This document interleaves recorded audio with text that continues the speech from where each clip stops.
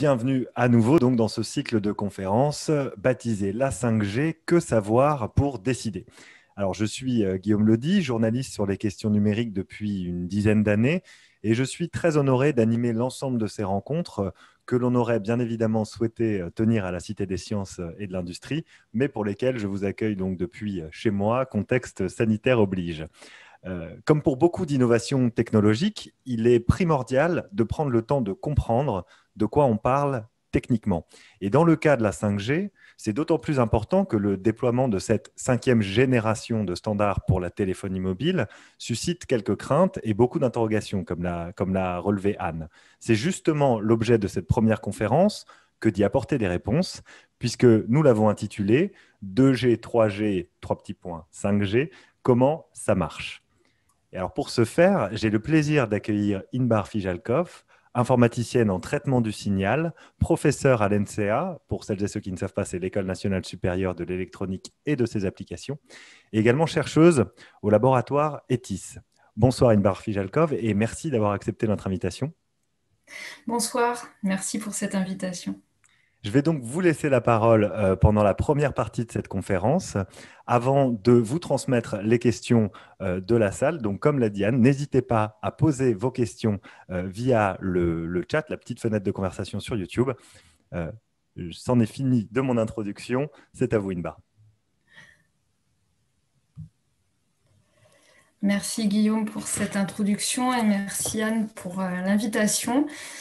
J'aurais effectivement aimé être dans l'auditorium de la Cité des Sciences, mais aujourd'hui c'est depuis chez moi que je vais vous parler de ces technologies. Donc je vais essayer de vous expliquer comment est-ce que la 2G, la 3G, la 4G, toutes ces générations, la 5G, comment est-ce que cela fonctionne. N'hésitez pas à poser des questions euh, tout au long de l'exposé. Alors, on va commencer par juste un petit historique et puis on va revenir en détail sur tout ça. Ce petit historique pour se rappeler que d'abord, le téléphone portable, c'est une technologie relativement récente. Et qu'il n'y a pas si longtemps que ça, il y a à peu près un siècle, voilà à quoi pouvait ressembler un téléphone qui n'était pas du tout portable. Vous avez la petite icône qui permet de le visualiser. Alors maintenant, si on regarde les évolutions depuis la 2G, on voit que les choses ont grandement changé, hein. Donc, on ne va pas parler de la 1G, parce que c'est quelque chose qui est resté très, très confidentiel. On va commencer notre tour historique à partir de la 2G, parce que l'évolution technologique au plus près des ondes radio ont vraiment mené tous les changements qui sont associés à ces évolutions, à ces changements de technologie. Alors la 2G en 1992, puis la 3G, la 4G, la 5G en ce moment. Je voulais mentionner une chose, hein, c'est qu'on voit qu'à partir de la 3G, on a l'apparition de vidéos et si on regarde juste pour se donner une petite idée de l'évolution à grande échelle de ces technologies, l'évolution des débits a permis que le téléchargement d'une vidéo, donc on parle d'un gigaoctet de vidéos, donc un gigaoctet de vidéos pour donner une petite idée de ce que ça représente, hein, ça représente avec les standards de compression actuels à peu près 3 heures de vidéo. Alors il fallait qu'on utilisait la 3G, qu'on utilise la 3G, à peu près 14 minutes pour télécharger ce gigaoctet de vidéos. L'objectif avec la 5G, c'est de n'avoir plus besoin que de 42 secondes pour télécharger cette même vidéo. Donc on voit une évolution phénoménale qui est due à des débits de transmission de plus en plus important. Et ce mot débit de transmission, c'est quelque chose dont on va beaucoup parler.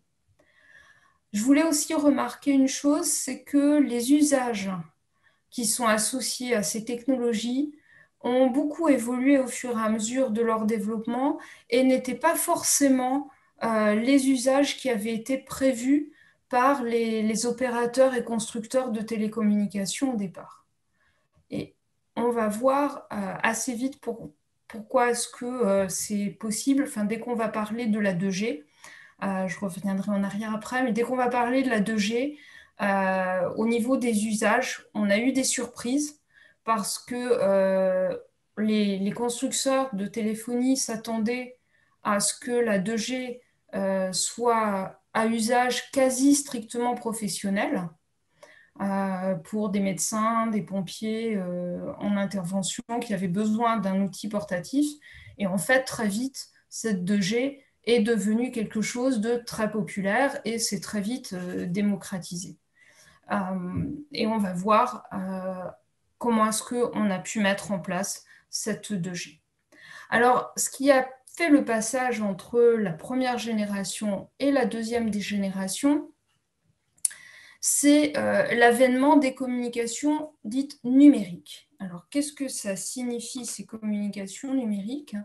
Eh bien, ça signifie surtout bien quelques phénomènes, enfin quelques théorèmes mathématiques qui ont permis de réaliser ces communications numériques. Alors, je ne vais pas faire beaucoup de mathématiques dans cette conférence, mais je voulais quand même vous expliquer un petit peu comment est-ce que ça fonctionne. Alors, j'ai pris l'exemple d'un signal de voix, puisque c'est la première chose qu'on a voulu transmettre avec un téléphone portable. Donc, ceci, ce que vous voyez à gauche de l'écran, c'est un petit bout d'un son A. Si on dit A et qu'on écoute le signal acoustique qui est émis, on mesure, eh bien, ça ressemble un petit peu à ça. Eh bien, pour pouvoir transmettre ce son A, il faut lui faire plusieurs choses. Une première chose est ce que l'on appelle un échantillonnage. Ça veut dire qu'à la place de considérer l'ensemble des valeurs de ce signal acoustique, de cette fonction que l'on voit là, eh bien, on va prendre des échantillons à des instants discrets. Ici, que l'on représente eh bien, par les points qui sont sur la courbe des échantillons au milieu. C'est-à-dire qu'on n'a plus l'ensemble de l'information, on n'a plus que des points, des valeurs qui varient énormément dans le temps, mais des valeurs que l'on a sur ici. Alors, voilà, je vais prendre ma souris, voilà, pour pouvoir vous montrer des choses sur l'écran. J'espère que vous voyez ma souris. Et elle échappe. Ok. Ces échantillons, ils vont être compressés et à la sortie de ce traitement de compression, on obtient des bits, donc une séquence de bits qui sont des 0 et des 1, qui contiennent en fait toute l'information qu'il y avait dans les échantillons que l'on avait au départ. Ce qui est très impressionnant dans cette théorie des communications numériques, c'est ce qui a été développé par Nyquist et Shannon, mis en place par Shannon en 1949, c'est le fait qu'à partir de cette séquence de bits que l'on a ici, eh bien, on est capable de reconstruire le signal, donc la voix que l'on avait au départ. Alors, pourquoi est-ce que c'est vraiment une propriété fondamentale et essentielle?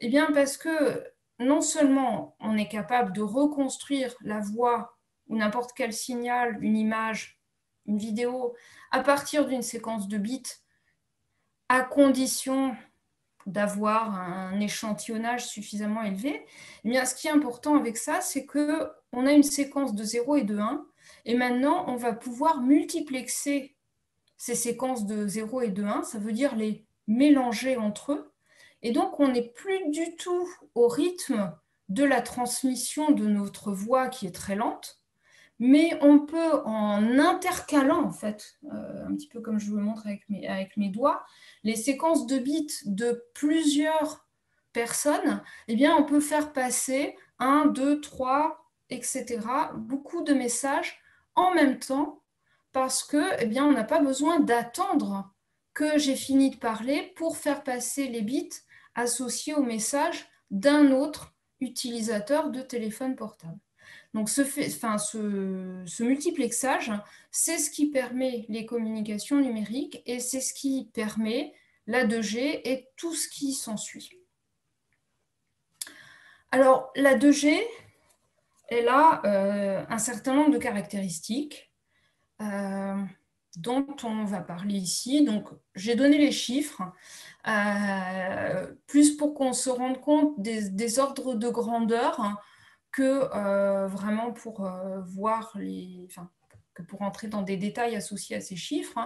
Hein. Mais la 2G, donc on a dit un débit moyen de 50 kilobits par seconde, ça veut dire 50 000 bits transmis pendant une seconde. Ça permet de faire passer des messages à pas mal d'utilisateurs. Alors comment est-ce qu'on fait ça? Eh bien, dans les transmissions, dans les télécommunications, on utilise des normes, des standards. Donc ici, pour la 2G, c'est un standard dont on a tous entendu parler, le GSM. Le GSM, donc vous avez certains des sigles en bas. Donc GSM pour Global System for Mobile Communication. Ce qu'il fait, le GSM, c'est que dans le temps, il va autour d'une station de base prendre des trames en temps. Donc les trames en question ont une durée de 4,61 millisecondes. Et ces trames qui sont décrites ici dans le temps, elles vont permettre, chaque trame, de faire passer un message vers 8 utilisateurs. Et la trame qui est utilisée à un instant ici, eh bien, elle va être reproduite quelques instants plus tard, ce qui veut dire que le mobile que j'ai dessiné ici, par exemple, hein, eh bien, on lui donne la trame qui est en rose ici, eh bien, il va pouvoir parler avec la station de base qui est la plus proche pour lui, sur ce petit morceau rose ici, et puis sur la trame suivante, il aura à nouveau droit à ce petit morceau rose ici. Ce multiplexage en temps, il permet autour d'une station de base et à une fréquence donnée d'avoir 8 utilisateurs qui parlent avec la station de base en même temps. Sur le GSM, on a 175 canaux qui sont en fréquence tous les 200 kHz, tous les 200 000 Hz. D'accord ? Sur chacun des petits messages qui sont ici, petits morceaux de slot pour un utilisateur, eh bien, on transmet 125 bits entre la station de base et un utilisateur.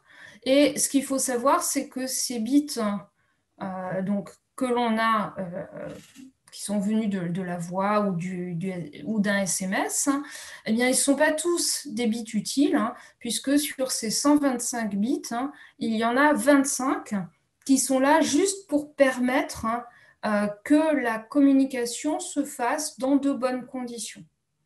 Donc, ils permettent de faire tout un tas de traitements autour de cette transmission pour que la transmission se passe bien, soit bien synchronisée, soit reçue comme il faut et qu'il n'y ait pas trop d'erreurs au niveau de la transmission. Voilà. Donc, voilà comment est-ce que a été conçu ce standard GSM. Donc, ce que vous voyez, c'est qu'il permet autour d'une station de base un nombre limité, mais quand même relativement important d'utilisateurs. Ce qu'il faut savoir, c'est que pour permettre à tous ces utilisateurs, donc à tous ces, on appelle ça des utilisateurs, mais c'est tous ces portable, 2G ici, de discuter avec la station de base, et pour permettre que de nouveaux utilisateurs puissent arriver et puis prévoir que certains puissent éventuellement partir, les 8 slots que l'on a ici dans notre tram ne peuvent pas être occupés en permanence, parce que sinon on ne pourrait pas accepter de nouveaux utilisateurs. Donc, le dimensionnement qui a été fait par les opérateurs dans cette norme, c'est que, eh bien, en fait, à peu près la moitié des slots sont non occupés la plupart du temps, pour permettre justement à de nouveaux utilisateurs d'accéder.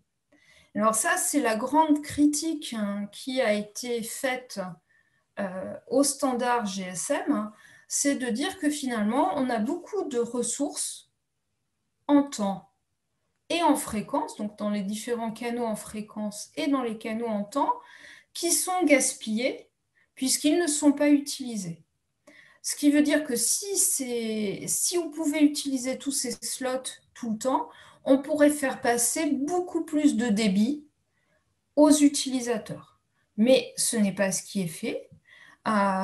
D'où le fait de dire que le GSM, très efficace, a été reconnu par tout le monde comme étant un standard très efficace, mais qui gaspille beaucoup de ressources en temps et en fréquence. Alternativement à ce GSM, aux États-Unis a été développé un standard donc alternatif, qui est le standard qui a été choisi de manière internationale pour la 3G. Nous allons maintenant passer à voir un petit peu comment est-ce que la 3G a été conçue. Donc la 3G est arrivée en 2004.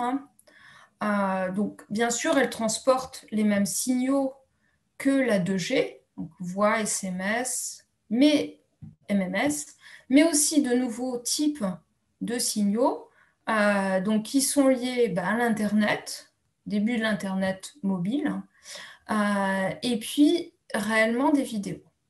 Donc pour permettre d'avoir en particulier ces nouveaux types de signaux à transmettre, il fallait, en particulier pour les vidéos, des débits beaucoup plus importants. Donc, vous voyez que là, on est passé à des débits moyens au niveau de la 3G.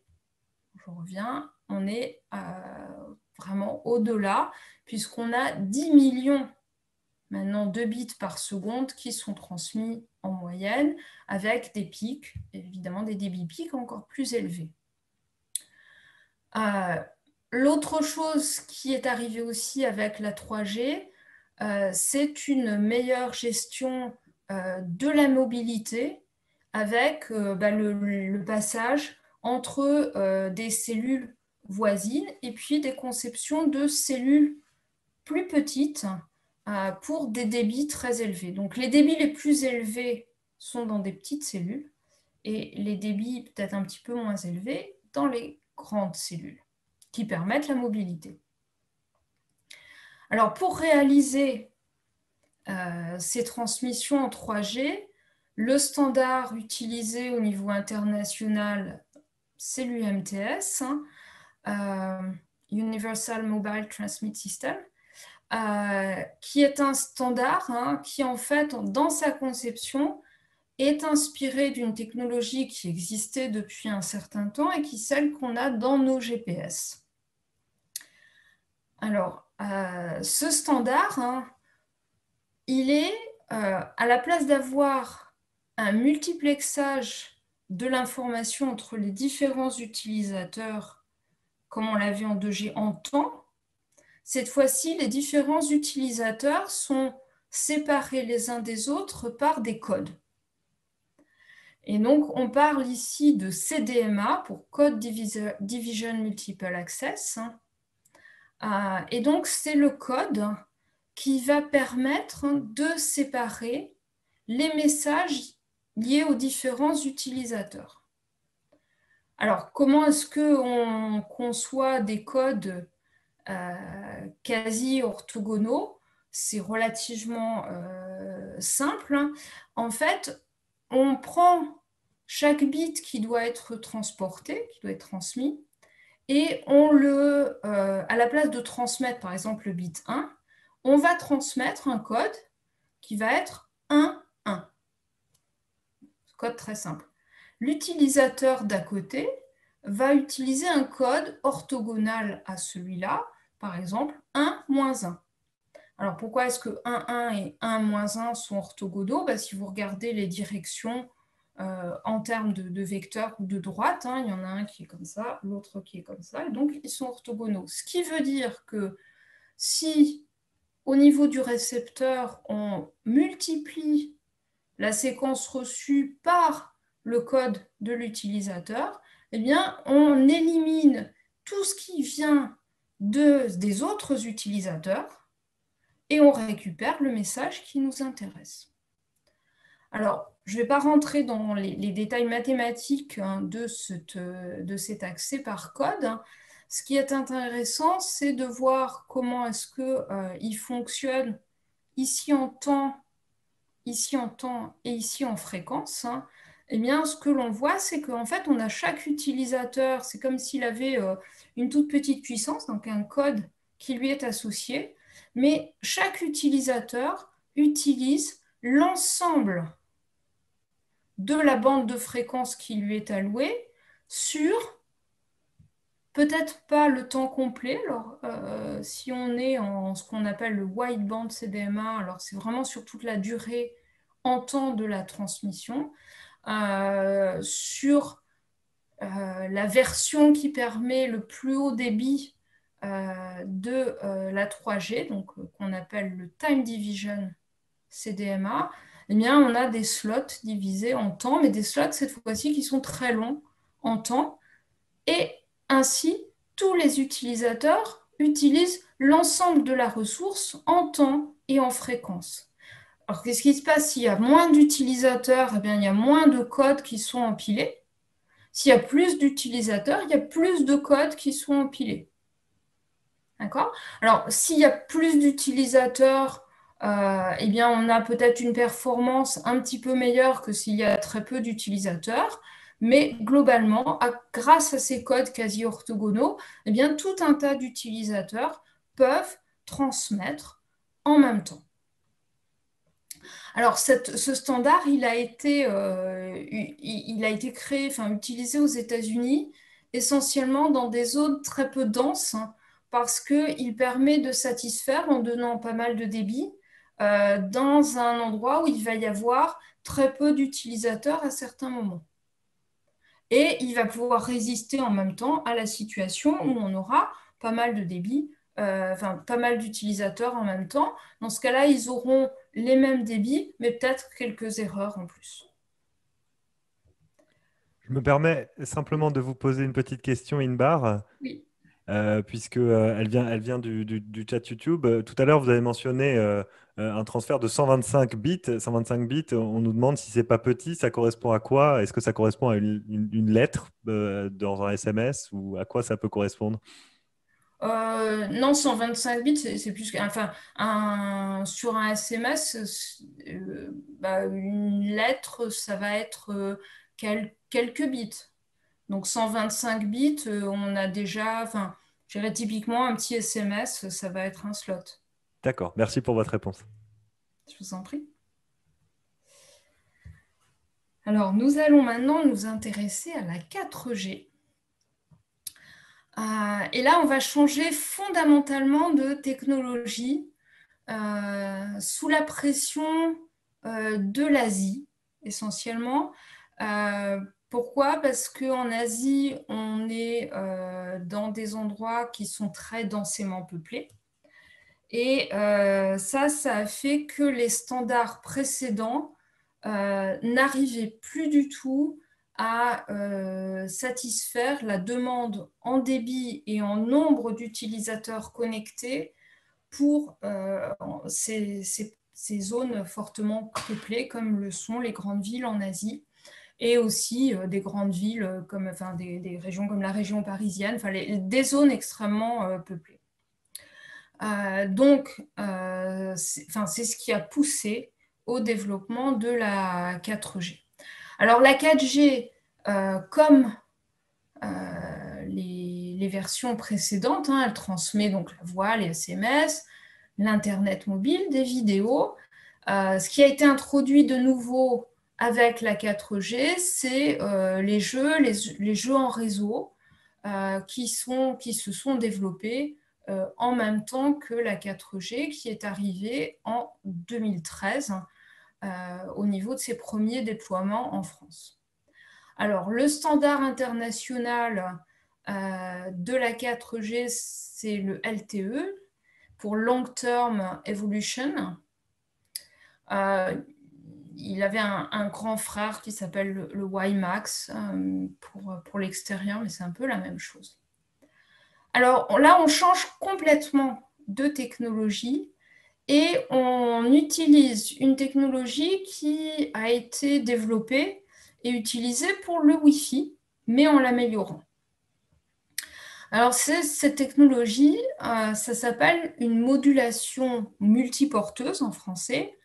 En anglais, orthogonal, OFDM, pour Orthogonal Frequency Division Modulation.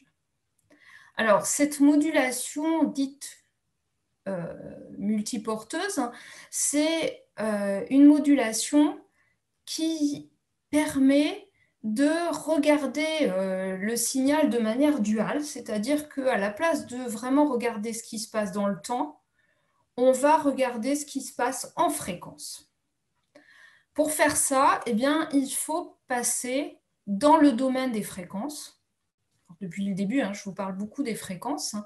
Ce qui nous a permis de passer dans le domaine des fréquences et de savoir ce qui se passe dans le domaine des fréquences, c'est une transformée mathématique qu'on appelle la transformée de Fourier, qui nous vient d'un mathématicien français, Joseph Fourier, qui a proposé au départ les séries de Fourier et la transformée de Fourier.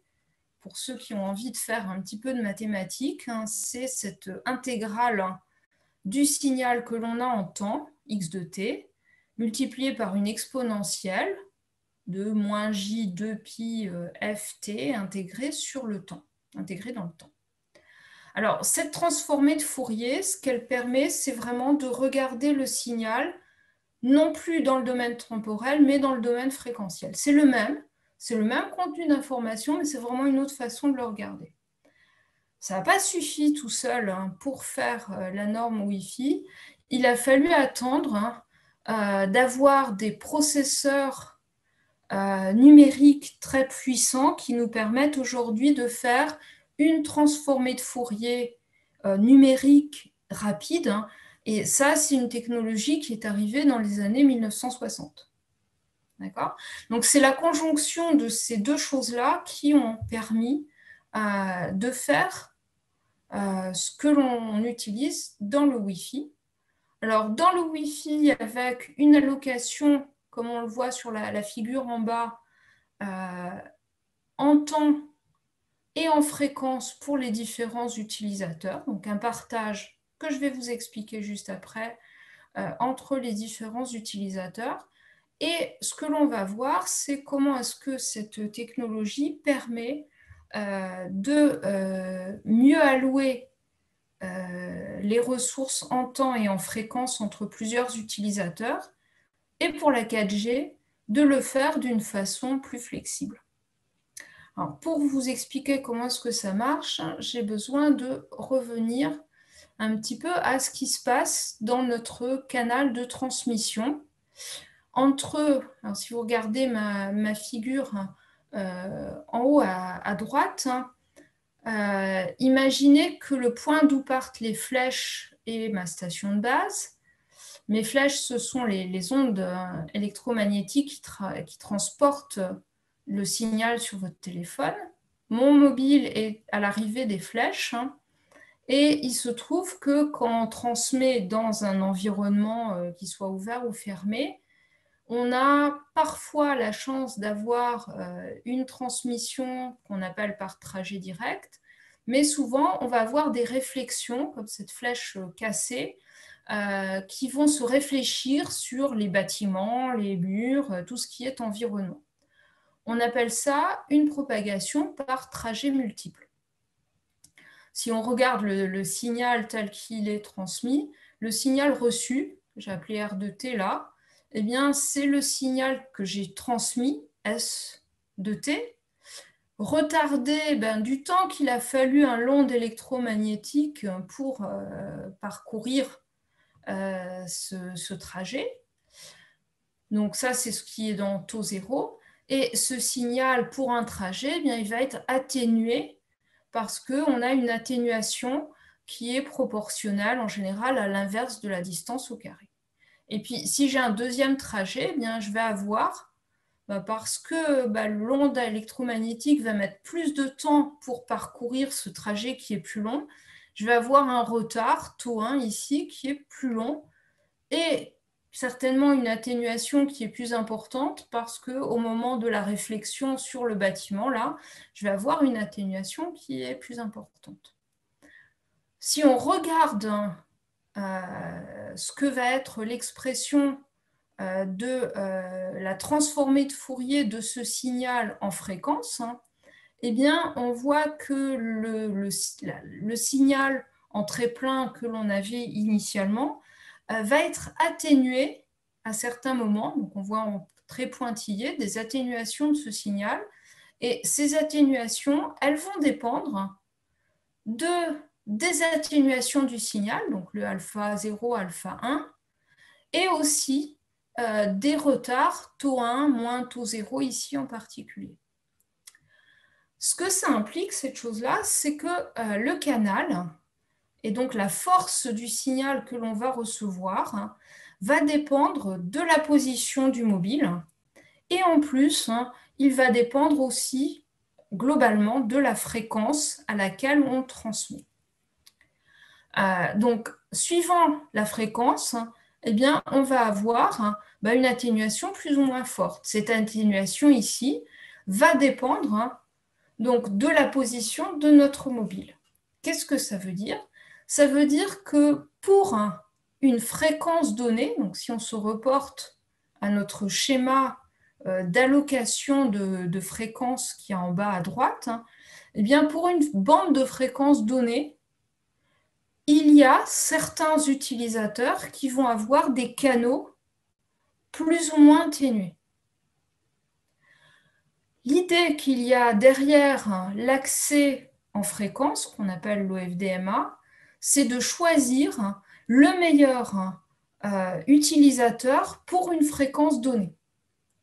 Donc ici, si vous regardez le schéma en bas à droite, si on regarde la fréquence qui est, par exemple, la troisième en partant du haut, eh bien, on voit que l'utilisateur 1, il ne va peut-être pas avoir un très bon canal à ce niveau-là, c'est-à-dire que son canal va être très atténué sur les premières fréquences, donc on ne va pas lui allouer ces premières fréquences-là. On va peut-être allouer ces fréquences-là plutôt pour le deuxième utilisateur ici, et pour le troisième, vous voyez, suivant les moments dans le temps. Donc, on voit ici que cet FDMA va permettre de choisir de manière flexible le mobile qui va obtenir du débit à certains moments sur certaines fréquences. Alors, les constructeurs et opérateurs de téléphonie ont beaucoup apprécié le fait de pouvoir utiliser l'OFDMA parce qu'elle permet vraiment d'avoir une allocation des ressources en temps et en fréquence, donc aux différents utilisateurs, qui utilisent au mieux les propriétés du canal. Qu'est-ce que ça permet d'avoir un signal qui n'est pas trop atténué? Eh bien, ça permet soit d'émettre moins de puissance, soit à une puissance donnée, d'avoir une meilleure qualité de la transmission, donc de pouvoir transmettre plus d'informations, donc d'avoir un débit qui soit plus élevé. Alors, cette technologie du LTE basée sur l'accès en fréquence, donc, a été proposée pour la 4G comme étant une version beaucoup plus flexible que celle que l'on a du Wi-Fi. Donc, sur le Wi-Fi, c'est quelque chose qui est figé. Sur le FDMA, ce n'est pas quelque chose qui est figé. Et donc, comme ce n'est pas figé, ça permet de servir de manière mieux adaptée un nombre plus important d'utilisateurs au fur et à mesure qu'ils se connectent, qu'ils bougent, que leur canal peut évoluer. Donc ça, cette technologie de l'OFDMA, c'est quelque chose qui est utilisé, je vais passer là-dessus, qui est utilisé aussi sur la 5G. Alors maintenant, on va parler, il ne reste plus beaucoup de temps, mais on va parler de la 5G. Donc, pourquoi la 5G? Pour commencer, donc ce qui arrive dans les prévisions, donc vous voyez des prévisions ici jusqu'en 2024, elles sont actualisées par Cisco toutes les 2 années à peu près, c'est de dire que les besoins en termes de connexion, donc ce que l'on voit ici, c'est un nombre de connexions qui vont se compter en billions de connexions pour un certain nombre d'utilisations, en particulier les voitures, mais des applications aussi liées à la domotique en jaune, on voit qu'ils prennent un rôle de plus en plus important, à la santé, à l'industrie, au travail. Alors, ces connexions, qu'est-ce qu'elles demandent? Elles demandent plus de débit. Alors, il semblerait que les usages font qu'à chaque fois qu'il y a la possibilité, le débit continue d'augmenter, les débits continuent d'augmenter en termes d'utilisation. Une nouveauté qui est introduite par la 5G, c'est une préoccupation liée à ce qu'on appelle la latence. Donc la latence, c'est la durée entre le moment où un message est transmis et le moment où le message arrive. Pas juste en termes d'ondes électromagnétiques, mais incluant tous les traitements du début à la fin de la chaîne de transmission. Donc cette durée-là, c'est ce qu'on appelle la latence, et on va voir qu'il y a des applications pour lesquelles cette latence devient critique. Et puis, comme on l'a dit, nombre de connexions de plus en plus important, mais aussi nombre d'objets communicants de plus en plus important. Alors, que promet la 5G?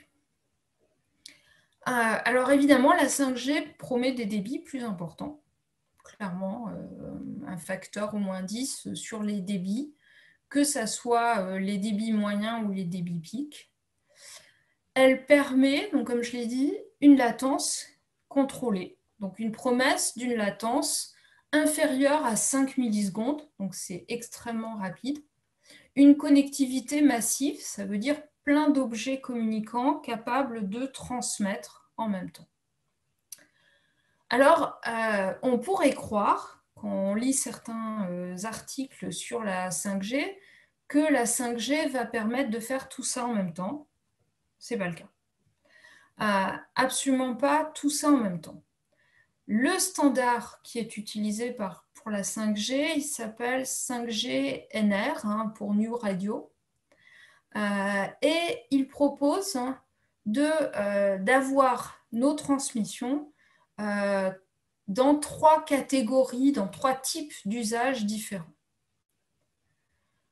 On va parler d'usage mobile à très haut débit. Donc, je reviendrai sur les termes exactement. Donc, soit le très haut débit, en haut de ce triangle ici, soit une connectivité très massive, c'est-à-dire un très grand nombre d'objets, soit une latence très faible. Clairement, on n'aura pas les 3 en même temps, et je ne pense pas qu'on aura non plus les 3 en même temps tout de suite. Enfin, on n'aura pas non plus les 3 dans leur valeur proposée tout de suite. Alors, je vais vous détailler un petit peu les 3 cas dont la 5G va nous parler. Donc, on va commencer par le très haut débit. qui est, je dirais, dans la poursuite de ce qui a été fait sur la 4G, avec l'idée de permettre encore une augmentation des débits pour servir, alors évidemment, toutes les applications qu'on a vues précédemment, mais aussi de plus en plus des jeux très connectés, des réseaux sociaux avec des grands nombres d'utilisateurs, mais aussi des applications peut-être plus futuristes comme des holographies pour imaginer qu'à la place de vous faire cette conférence sur le petit écran, je puisse être en holographie dans votre salon pour le faire, pour être amusant. C'est pas tout de suite quelque chose qui va être atteint, en tout cas pas dans les premières versions de la 5G. Comment obtenir ces objectifs en termes de débit? Donc il faut, pour se donner une idée de ce que l'on entend ici par les débits qui pourraient être atteints, on parle de débit moyen qui pourrait atteindre 1 gigabit par seconde. Hein. Donc on est passé, vous vous rappelez, de kilobits, mégabits, donc puissance de 3, puissance de 6, gigabit, puissance 9, 10 puissance 9 bits par seconde. C'est énorme. Avec des débits pics potentiels à 20 gigabits par seconde. Et pardon, pour se rendre compte, c'est bien au-delà de ce que permet par exemple la fibre en débit moyen, la fibre optique. Oui. Ouais. Donc en mobilité, on aurait un, un débit moyen beaucoup plus important que sur la fibre. Bon, alors, la fibre, elle le permet pour plusieurs utilisateurs en même temps. Ici, quand on parle des débits qui sont promis au plus, hein, on a des débits qui sont considérés pour éventuellement un utilisateur tout seul. Donc, D'accord. c'est difficile de comparer. Merci pour votre réponse. Ce qui est prévu, c'est d'avoir ces débits très élevés tout en permettant une mobilité très importante. Donc une mobilité pour des mobiles allant jusqu'à 500 km par heure. Donc là, on est vraiment sur les trains les plus rapides, plus que ça même. Alors, comme je vous l'ai dit, la 5G repose sur l'accès en fréquence que l'on a vu précédemment. Comment augmenter le débit en ayant les fréquences que l'on avait précédemment? Je dirais si on restait sur les mêmes bandes de fréquences, ce n'est pas quelque chose qui serait possible, en tout cas pas facilement. Eh bien, pour faire ça, on va explorer de nouvelles bandes de fréquences. Alors, pourquoi est-ce que c'est intéressant d'avoir ces nouvelles bandes de fréquences et en particulier des bandes de fréquences plus élevées? Eh bien, c'est parce que les débits sont proportionnels aux largeurs de bande que l'on peut, qui sont attribuées. Donc ici, si vous regardez donc la 4G que l'on voit en rose ici, donc LTE et LTE Advance, sur les bandes à 2,1 GHz et à 2,6, on a des bandes qui sont d'une certaine largeur qui permettent les transmissions de la 4G. Ces largeurs sont limitées. Si on passe maintenant à la bande de 3 GHz,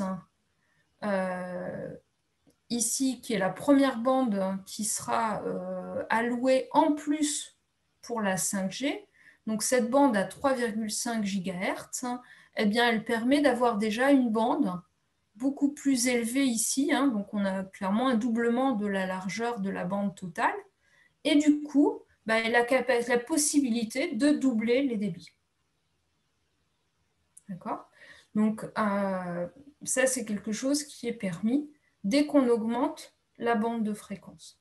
Si on passe, alors à nouveau, ce n'est pas pour tout de suite, mais dans la bande des 26 GHz, ce qu'on appelle la 5G millimétrique, eh bien là, on va avoir une bande qui va être encore plus large, donc qui est permis globalement, et donc, eh bien, c'est dans ces bandes-là, dans cette bande-là, qu'on va pouvoir avoir les débits qui sont les plus élevés. Alors, juste avant de passer à la suite, la chose qu'il faut savoir, c'est que ces bandes de fréquences plus élevées, il y a quand même un prix à payer, c'est la portée. C'est-à-dire que l'onde électromagnétique s'atténue plus vite quand on passe à ces bandes de fréquences autour de fréquences plus élevées. Et donc, oui, on va pouvoir avoir des débits plus importants, mais avec des portées plus faibles, hein, ce qui veut dire que ces débits-là pourront être atteints de manière locale, avec moins de distance autour de la station de base ou du point d'accès.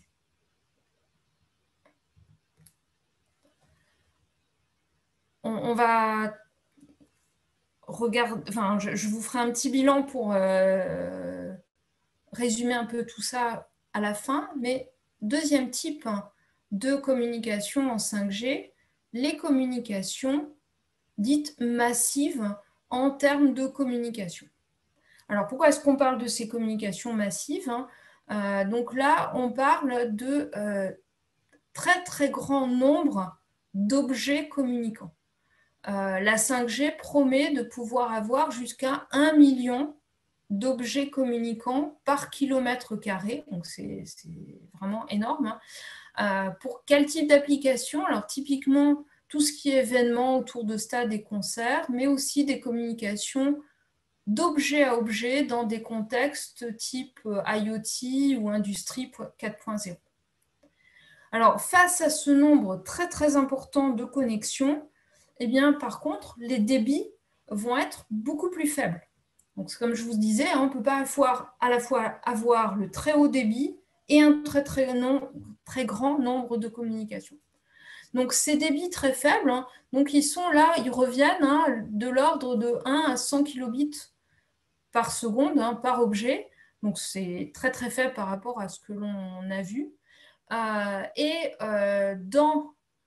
cet usage avec des communications très massives, l'idée autour de l'Internet des objets, IoT, c'est d'avoir aussi des batteries qui permettent une très très longue durée et autonomie de ces objets communicants.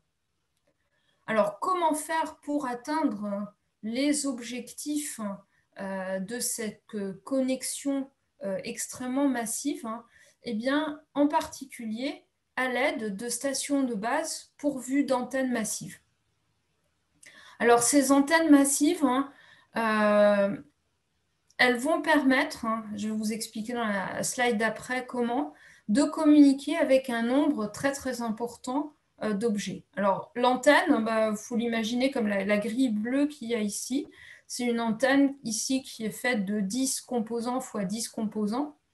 Et ce que l'on sait, c'est que les composants rayonnants d'une antenne, ils doivent être éloignés les uns des autres d'une longueur d'onde. Donc la longueur d'onde, c'est la célérité de la lumière divisée par la fréquence. Eh bien, si on est à 26 GHz par seconde, on est dans des longueurs d'onde qui sont dites millimétriques. Qu'est-ce que ça veut dire? Eh bien, ça veut dire que l'antenne peut avoir une centaine de composants rayonnants sur cette antenne et avoir un encombrement de l'ordre du dessin que j'ai fait en bas. Donc, cette antenne, elle va avoir un faible encombrement, ce qui est important, mais elle va surtout nous permettre d'être très directive. Et je vais vous expliquer ici comment est-ce que ça marche, cette antenne massive. Pourquoi est-ce qu'elle est très directive? Alors, cette antenne massive de la 5G, elle se distingue de l'antenne, je dirais, actuelle que l'on voit au niveau de la 4G. L'antenne de la 4G, elles sont rarement totalement omnidirectionnelles. Elles vont avoir un secteur d'un tiers de cercle en règle générale. Mais elles émettent toute la puissance dans ce secteur-là. Ça veut dire que si vous avez un mobile qui a une certaine distance de la station de base, il reçoit autant de rayonnement, de puissance émise, que dans la zone où il n'y a pas de mobile avec qui la station de base veut communiquer. Par contre, l'antenne de la 5G avec sa centaine d'éléments ou plus, 100 éléments ou 200 éléments, elle permet, à l'aide d'un traitement mathématique qu'on appelle le précodage, de faire de la formation de voix. Ça veut dire qu'elle va pointer exclusivement dans une direction ou dans plusieurs directions. Enfin, pas qu'une, mais plusieurs directions. Et donc, ce que l'on peut montrer, c'est que contrairement à la 4G, donc comme je vous disais, qui envoie toute la puissance pour l'ensemble, que ce soit des utilisateurs, mais aussi des non-utilisateurs, la 5G, avec cette antenne massive, va permettre bien sûr d'envoyer la puissance, la même puissance, pour l'utilisateur vers qui elle veut envoyer un message, mais pour tout ce qui est autour, qui n'est pas un utilisateur, eh bien, elle va diviser par cette puissance par un facteur qui est égal à m sur k ici, où m est le nombre de composants de l'antenne rayonnante, et k est le nombre d'utilisateurs autour de cette antenne massive. Et donc, ce que l'on voit, c'est que, eh bien, on va pouvoir avoir, si on a un nombre de composants suffisamment élevé dans l'antenne, eh bien, on va pouvoir avoir une puissance de rayonnement pour le reste de l'environnement, c'est-à-dire là où il n'y a pas d'utilisateur, qui va être beaucoup plus faible. Ce que ça permet, c'est que ça permet globalement de diminuer la puissance par bit transmis pour les utilisateurs d'intérêt, et ça permet en même temps de diminuer la quantité de rayonnement qui va affecter le reste de l'environnement de la station de base. Je vais passer là-dessus. Je vais passer sur le dernier type d'utilisation, donc qu'on appelle Ultra Reliable and Low Latency Communication. Donc, ça veut dire que c'est des communications, donc on l'a dit, à faible latence, mais aussi très fiables. Donc là, on parle d'applications critiques en réactivité, en fiabilité, c'est-à-dire typiquement voiture autonome, e-santé, donc des types de transmission pour lesquels on veut avoir une latence extrêmement faible. Donc, une latence sur l'interface radio qui est inférieure à la milliseconde, mais une latence surtout de bout en bout inférieure à 5 millisecondes. Et comme on parle d'applications critiques, eh bien, on veut en même temps qu'il y ait très peu d'erreurs sur la transmission. Parce que ça serait dommage d'avoir des erreurs quand on parle de santé ou de voiture autonome. Et donc, pour des débits, je dirais, intermédiaires entre les deux applications précédentes, eh bien, on admettra une fiabilité de 99,9999%, c'est-à-dire typiquement un bit erroné tous les 10 puissance 6 bits au plus. Donc, vous voyez, très très peu d'erreurs sur le message. Pour faire ça, eh bien, il faut développer des codes correcteurs extrêmement efficaces pour les paquets courts. C'est quelque chose qui n'est pas évident du tout, sur lequel beaucoup de gens travaillent en ce moment. Et aussi sur des améliorations au niveau du réseau pour diminuer cette latence. Et ça veut dire que les calculs doivent être faits non pas quelque part loin sur le cloud, ce qui nécessite une durée très longue pour la transmission de l'information vers le cloud et en redescendant, mais au contraire, le plus proche possible de la station de base et des mobiles. On appelle ça le edge computing. Je ne vais pas m'appesantir sur cette troisième usage et je vais récapituler pour quasiment finir le résumé de types de transmission qui seront permis par la 5G. Alors, on a dit, si les bandes sont relativement faibles, eh bien, on peut avoir une portée importante. Donc, c'est ce qui va être utilisé à l'extérieur. Donc, avec autour des stations de base qui seront à l'extérieur des portées de quelques dizaines de kilomètres dans les bandes faibles, donc dans les bandes qui sont aujourd'hui utilisées par la 4G. qui vont migrer en fait la 4G actuelle qui devient la 5G en dessous de 3 GHz. Et puis avec l'apparition des nouvelles fréquences qui seront allouées à la 5G, une augmentation possible de la bande, alors en extérieur pour augmenter les débits. Donc on a dit bande plus élevée, portée plus faible. Donc là on a une portée qui est plus que de l'ordre du kilomètre, mais avec une introduction de small cells, donc de petites antennes qui vont pouvoir relayer des messages à fort débit autour de ces stations de base. Et puis, pour des transmissions à l'intérieur de bâtiments, donc là, on a moins besoin des portées, on a moins besoin de distance. Donc là, on parle de distances qui sont de l'ordre de la centaine de mètres. Et bien là, puisqu'on a besoin de portées qui sont plus faibles, eh bien, on peut s'autoriser des débits plus importants. Et donc, autour des fréquences de la 5G, on peut imaginer eh bien, avoir des débits qui, vous voyez, à chaque fois, on double les débits. Et puis, sur les ondes millimétriques que l'on a ici, autour du 26 GHz, eh bien, une portée encore plus réduite, mais cette fois-ci avec un débit beaucoup plus important. Je crois que je vais m'arrêter là.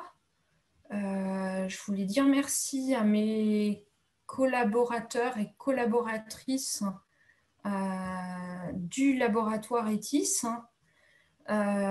qui sont là. Je propose, pour ceux que ça intéresse, un petit peu de lecture pour aller un petit peu plus loin.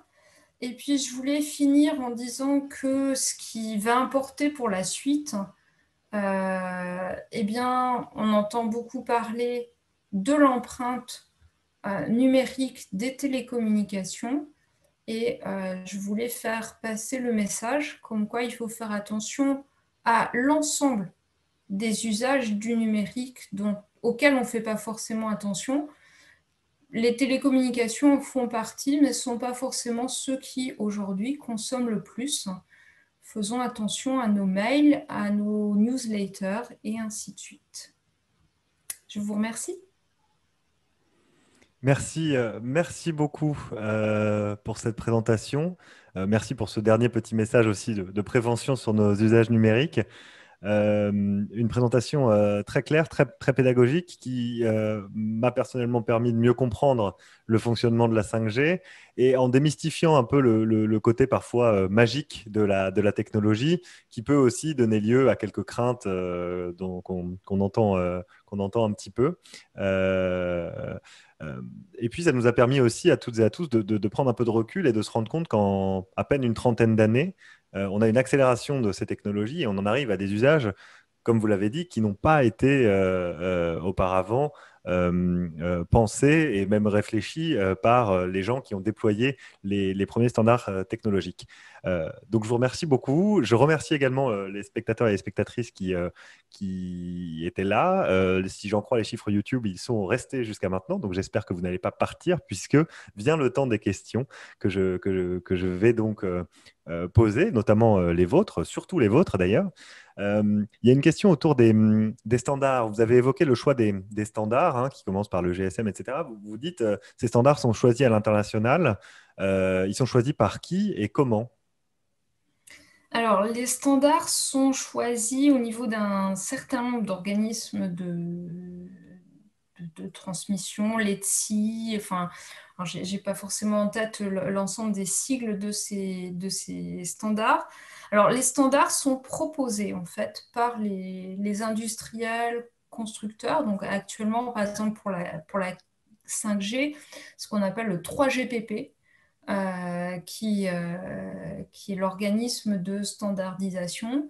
En fait, c'est comme une assemblée. Et en fait, les constructeurs, mais aussi des académiques, vont présenter des innovations. Ils présentent donc comment ça marche et puis surtout quelles performances est-ce qui peuvent être atteintes. Et après, c'est l'ensemble de ces constructeurs de télécommunications qui vont choisir et proposer des standards parmi plusieurs solutions. D'accord. Et après, au niveau de chaque pays, il va y avoir les organismes qui vont s'occuper de l'allocation des fréquences. Donc, ils vont écouter les standards et qui vont dire, oui, on veut bien permettre, par exemple, la bande de 3,5 GHz qui est allouée, la bande des 26 GHz qui va être allouée. Donc, il y a un contrôle par, en France, l'ARCEP, qui travaille avec l'ANFR, donc l'Agence nationale des fréquences, donc, qui vont pour l'une étudier les fréquences, qui font appel à des experts indépendants pour mesurer les risques et les capacités technologiques associées à ces différentes fréquences. Donc, même s'il y a un standard qui est commun aujourd'hui au niveau international, hein, vous avez vu au départ, c'était Europe et puis États-Unis qui ont fait chacun leur standard au niveau de la 2G. Aujourd'hui, c'est quelque chose qui est globalisé. Mais après, les agences nationales vont allouer ou pas les bandes de fréquences pour les différents utilisateurs dans les différents pays. D'accord.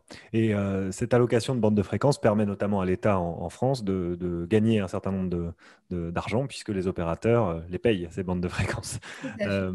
Voilà.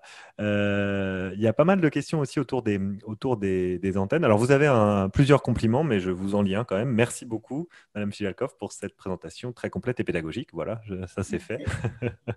Donc, il y a pas mal de questions sur les antennes. La première, c'est, alors vous y avez répondu, mais peut-être que il faut revenir dessus. Pourquoi doit-on, à chaque nouvelle génération, changer les antennes? Alors, si on regarde les différentes bandes de fréquences, alors, on ne change pas forcément tout dans les antennes à chaque fois, mais il y a Mhm. quand même des débits qui sont différents à chaque fois. Et donc, qui dit que les débits sont différents, dit effectivement que les composants des antennes doivent être changés parce qu'ils ne doivent pas rayonner aux mêmes fréquences. Donc pour les différentes bandes de fréquences. Et c'est effectivement quelque chose qui est très conséquent pour les opérateurs parce que cette infrastructure a effectivement un coût. Alors ce qu'il faut bien voir, c'est que pour la 5G, ces antennes massives, c'est vraiment une des avancées technologiques les plus importantes de la 5G et que ça permet, comme je vous l'ai montré, d'avoir vraiment quelque chose qui est très intéressant, en particulier pour ne pas rayonner en dehors des utilisateurs qui sont permis. Alors, il y a justement une autre question, c'est par rapport aux opérateurs. Est-ce que ces antennes seront mises en commun par les différents opérateurs et est-ce que chaque opérateur a son antenne? On ne va pas les citer, hein, mais on les connaît tous. Clémentine construit son antenne et puis juste à côté, on a un autre opérateur qui va construire la sienne. Est-ce que ça va être le cas? Est-ce qu'il y a des mises en commun de ces antennes-là? Ils peuvent avoir des accords. Là, c'est la politique des opérateurs. D'accord. Et il y a une autre question sur les antennes massives. L'agrégation d'antennes peuvent-elles être limitées par l'opérateur ou par une autorité? Donc c'est à mon avis à peu près la même question, c'est-à-dire est-ce que, c'est comme ça que je la comprends en tout cas, est-ce qu'on peut limiter le nombre d'antennes sur un territoire donné? Qui s'occupe de ça? Je ne sais pas. D'accord. Je préfère ne pas dire de bêtises sur cette question-là. Mais Alors j'imagine que c'est au niveau de l'ARCEP, hein, J'ai qui... j'ai pas la réponse précise non plus, mais c'est au niveau de l'ARCEP que ça se décide. Et le déploiement est coordonné en partie par l'ARCEP qui non pas autorise la construction de chaque antenne, mais a quand même un œil sur le déploiement pour éviter justement ces agrégations que mentionne un spectateur ou une spectatrice. Il y a eu aussi un certain nombre de questions sur les usages potentiels de la 5G. Alors, comme vous disiez, ils évoluent souvent après le déploiement même des antennes, des infrastructures qui permettent la technologie. On entend un peu tout et n'importe quoi quand même dans le débat public à ce propos.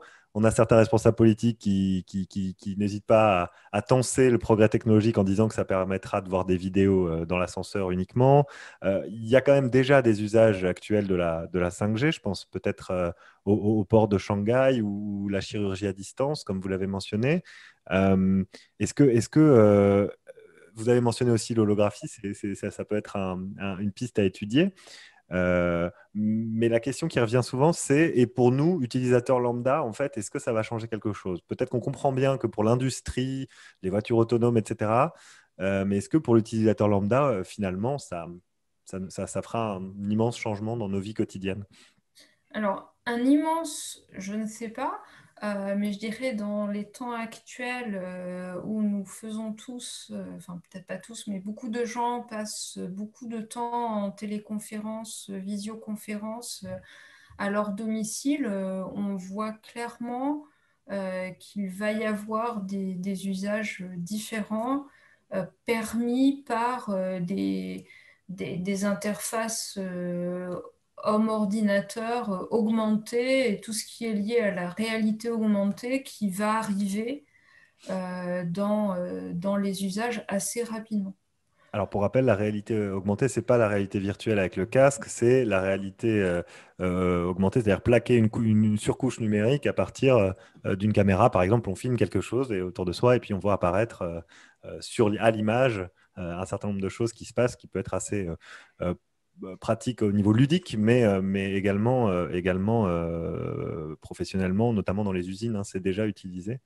Euh, Alors, après, l'application qui est la plus envisagée aujourd'hui, c'est vraiment au niveau des contextes industriels et dans le développement de l'industrie dite 4.0 avec énormément d'objets communiquant entre eux.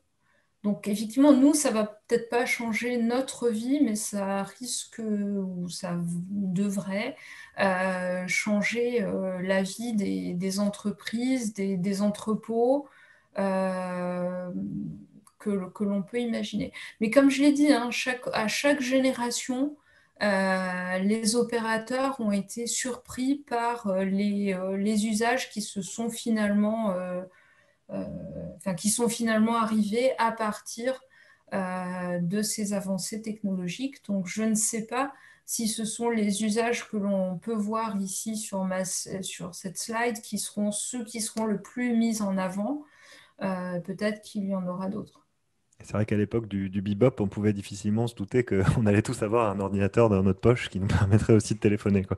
Alors j'ai une question également, on revient sur les antennes et notamment sur le schéma avec la comparaison antenne 4G, 5G, grâce au beamforming, est-ce que si je suis en mode avion, bonne question ça, l'antenne ne rayonne pas vers mon téléphone? Alors, pour moi, si on est en mode avion, je ne vois pas, je suis pas sûre de bien voir le rapport entre le mode avion et le rayonnement. Le beamforming, ce qui permet, c'est effectivement de diriger la transmission de l'onde électromagnétique vers les utilisateurs qui sont en train de communiquer avec la station de base et de ne pas arroser le reste. Donc, si vous entendez par là le fait d'être en mode avion fait qu'effectivement, il y a juste des transmissions très peu nombreuses pour juste suivre l'endroit où est le, le téléphone, hein, puisqu'il transmet quasiment pas quand il est en mode avion. Euh, oui, effectivement. Euh, mais voilà, pas plus effectivement en mode avion qu'en mode éteint ou sans téléphone du tout. Le but étant, enfin, un des buts de cette formation de voix étant de permettre d'avoir une quantité donnée d'utilisateurs autour de la station de base qui reçoit vraiment une quantité d'informations avec une puissance nécessaire à la communication qui a lieu et de ne pas transmettre, enfin, de ne pas polluer tout ce qui va être autour. C'est quand même une conséquence extrêmement intéressante de la formation de voix. Oui, ouais, évidemment. Alors, on a eu plusieurs questions posées autour des ondes électromagnétiques, de la santé, etc. Ces questions, on les abordera pour celles et ceux que ça intéresse, je le rappelle, au cours de la conférence du 6 avril. Donc, je vous donne rendez-vous à ce moment-là pour creuser un petit peu le sujet, puisque je vous vois opiner du chef Inbar. Ce n'est pas effectivement votre cœur de votre spécialité, tout Tout à simplement. fait. Donc, on l'abordera avec Joe Villard le 6 avril. Rendez-vous est pris. On avait effectivement alors, une question autour de. J'ai mentionné un petit peu le débat public sur les questions autour de la 5G. Mais avant ça, peut-être, oui, il y avait une question autour de la 6G. Que vous avez des slides, je crois, de Oui. prévus. La question était, voilà, après la 5G, la 6G, de quoi on parle? Encore une fois, est-ce que ça va être utile? Bon, ça, on ne peut pas y répondre tout de suite, mais de quoi on parle quand on parle de 6G, sachant qu'on commence déjà à se pencher sur cette nouvelle génération. Merci pour cette question, parce qu'effectivement, je n'ai pas eu le temps de l'aborder. Donc, la 5G commence à être implémentée et comme je l'ai dit, la version qui est implémentée aujourd'hui, ce n'est pas la 5G complète, hein. C'est que le début de la 5G. Donc, on va avoir au cours des 10 prochaines années le déploiement de l'ensemble des fonctionnalités de la 5G. Mais pendant que ceci est en train de se mettre en place, hein, eh bien, les recherches ont commencé au niveau de la 6G.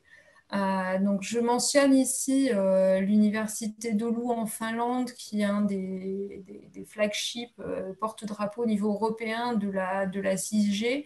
Si vous regardez leur site web, ils ont une vidéo extrêmement futuriste sur ce que pourrait être la 6G et ses usages. Donc, ce que vous voyez, c'est sur les paramètres qui sont donnés, c'est que la 6G va essayer d'augmenter encore des débits. Donc, on parle du terabit par seconde, hein, jusque-là. Elle va permettre elle va essayer de diminuer encore les latences. Et puis, si les technologies type batterie le permettent d'avoir des objets communicants qui vont pouvoir tenir plus longtemps, plus d'objets, enfin accroître, en fait, continuer l'effort qui a été mis en place dans la 5G pour aller encore beaucoup plus loin et en particulier aussi sur l'efficacité énergétique. Donc ça, c'est intéressant parce que jusque-là, c'était pas forcément le point clé pour la plupart des constructeurs et des opérateurs. Donc ce qui est prévu, c'est une standardisation d'ici une dizaine d'années pour éventuellement un déploiement de la 6G. Donc on dit c'est à peu près tous les 10 ans, hein, qu'on change de génération. Donc les recherches, elles ont démarré effectivement par des collaborations entre les industriels, mais aussi des universitaires comme moi dans le domaine et dans le laboratoire ETIS où je suis. On participe à ces recherches. Clairement, dans les choses qu'il va y avoir sur cette 6G, eh bien, il y aura de l'intelligence artificielle, des techniques avancées d'apprentissage pour améliorer encore la flexibilité, c'est-à-dire l'utilisation très très fine des ressources en temps et en fréquence, hein. Des antennes encore plus massives, hein. Et si on pousse ça à l'extrême, on peut aller jusqu'à des objets qui commencent à être étudiés, ce qu'on appelle des surfaces réflectives intelligentes, hein, que l'on peut voir comme étant des antennes un petit peu passives, hein, qui pourraient être abritées sur des bâtiments ou à l'intérieur de bâtiments. On explore des fréquences plus élevées aussi, donc aussi bien au niveau de la propagation que des capacités de débit encore plus élevées. Mhm. Et puis dans les choses qui commencent à être abordées, on en a parlé, mais ça n'apparaît pas en tant que tel sur la 5G, c'est tous les aspects de sécurité qui sont un maître mot-clé sur la 6G.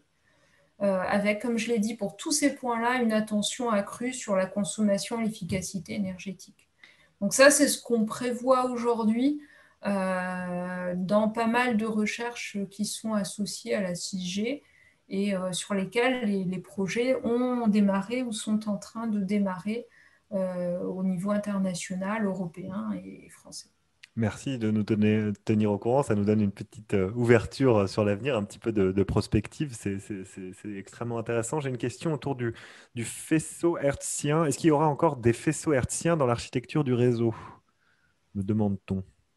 Oui, Voilà. oui, parce que ces faisceaux hertziens permettent d'avoir des gros débits entre stations de base. Et donc, il n'y a pas de raison pour que ceux-ci soient totalement enterrés. Enfin, à ma connaissance, il y a pas de...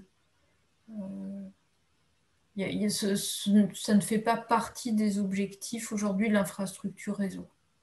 Alors, pour revenir aux choses qui pourraient changer pour nous, simples consommateurs lambda, vous avez mentionné pour la 5G comme pour la 6G, pardon, l'influence en termes d'autonomie, donc de batterie. On vous demande quelle influence donc sur la batterie, sur l'autonomie, à usage équivalent entre 5G et 4G. Est-ce qu'on a déjà des comparatifs ou pas? Euh, alors, je ne sais pas. Euh, Ce qui est sûr, c'est que on utilisera sur la 5G moins de puissance pour transmettre un bit. D'accord? Grâce à Mhm. la directivité des antennes massives en particulier. Donc, pour une quantité d'informations transmises donnée, comme on va consommer moins de puissance, hein, eh bien, a priori, on peut avoir une durée plus longue des batteries. Maintenant, si dans les usages, on transmet plus d'informations, ce qui s'est passé dans les passages aux générations précédentes, enfin, c'est très difficile de faire ce genre de comparaison. Très bien. Je l'ai un petit peu évoqué tout à l'heure.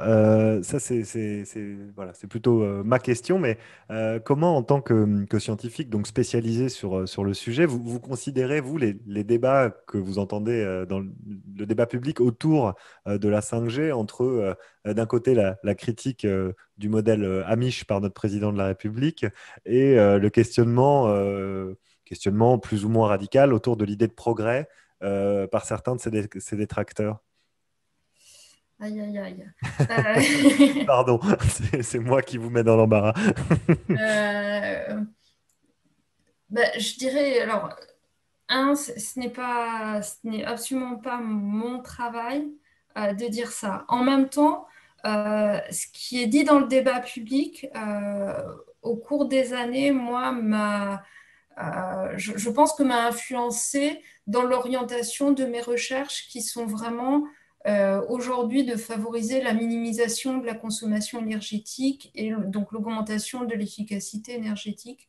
Euh, c'est quelque chose qui vraiment, il y a encore 2, 3 ans, je parlais avec certains industriels, je ne vais pas citer les marques, mais qui me disaient, bon, bah, l'efficacité énergétique, la consommation énergétique, on s'en fiche un petit peu. C'est pas quelque chose qui est forcément très important, mis à part le côté effectivement durée de charge de la batterie, qui est effectivement une difficulté. Euh, Moi, je fais partie des gens qui ont depuis plusieurs années qui s'intéressent à cette consommation énergétique et plus généralement à l'empreinte des télécommunications et du monde du numérique sur notre planète, sur ce qui se passe autour. Et du coup, je vais en profiter pour remettre ma slide là-dessus. Et du coup, c'est quelque chose qui, moi, a orienté une partie de mes recherches au cours de ces dernières années. Donc, Hmm. je dirais, moi, je pense que le débat public, il est clairement salutaire. Se poser la question de pourquoi et est-ce que la 5G est utile est une bonne question.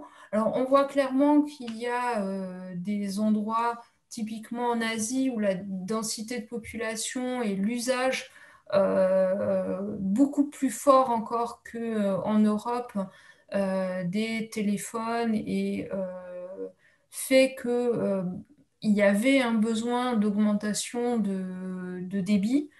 Euh, Après, même si aujourd'hui les usages dont on parle peuvent prêter à sourire pour, je dirais, tout un chacun, euh, je pense qu'il y a vraiment, enfin, il se développe au fur et à mesure que enfin, moi je dis souvent que les télécommunications, c'est comme les tuyaux.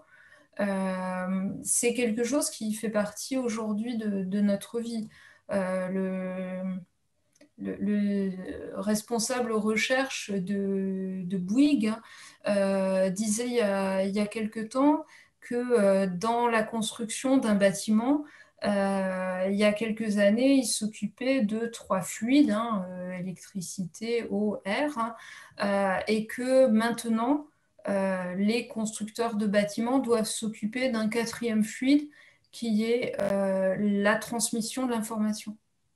Hmm. Et ça change, ça va changer même la façon dont ces industriels vont concevoir les bâtiments eux-mêmes. Donc c'est Ouais. vraiment quelque chose qui est très important pour l'ensemble de notre vie.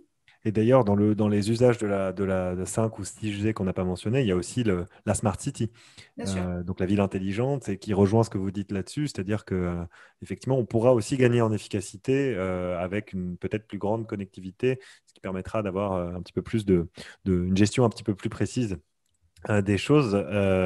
Votre slide m'a fait penser, vous parliez de de l'empreinte écologique dans votre slide précédente et vous évoquiez aussi l'empreinte écologique des infrastructures, puisque autant nous, il faut, comme vous le dites, que nous fassions attention à notre empreinte, à nos usages, autant effectivement, est-ce que vous voyez côté constructeur, une prise de conscience. Alors, vous avez évoqué que ce n'était pas forcément facile, mais une prise de conscience sur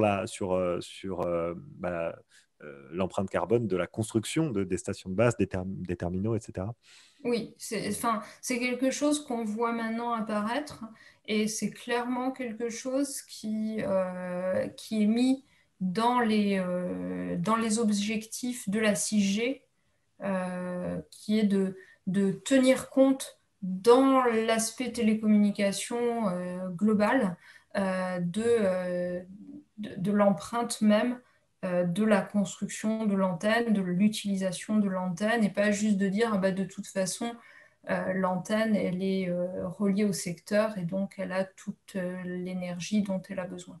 Oui, je D'accord. pense que là, on commence de plus en plus à tenir compte de l'ensemble de l'empreinte du numérique. C'est quelque chose dont le monde technologique est conscient depuis finalement pas si longtemps que ça, mais dont les gens commencent à réellement tenir compte dans la conception même de l'infrastructure et des systèmes de télécommunication. Et clairement, l'intelligence artificielle, dans sa façon d'envisager de manière plus globale certains fonctionnements, va permettre de mieux tenir compte de l'ensemble de ces facteurs-là et plus de s'intéresser qu'à un objet ou une brique technologique par brique technologique. D'accord. Merci beaucoup, Inbar Fijalkov. Je joins ma voix à celle de nos internautes qui apparemment, on me fait dire qu'ils envoient beaucoup de compliments avec des messages de type j'apprécie vraiment ces informations et sa clarté. Voilà, donc bah, il en est de même pour moi, donc je me permets de vous remercier pour votre clarté, vos réponses aux questions, votre transparence aussi sur votre travail. Merci également à Anne Grange et à toutes les équipes de la Cité des sciences et de l'industrie qui ont rendu cette conférence possible. Merci à toutes et à tous de votre attention au cours de cette conférence et merci aussi pour vos nombreuses questions qui ont été extrêmement pertinentes.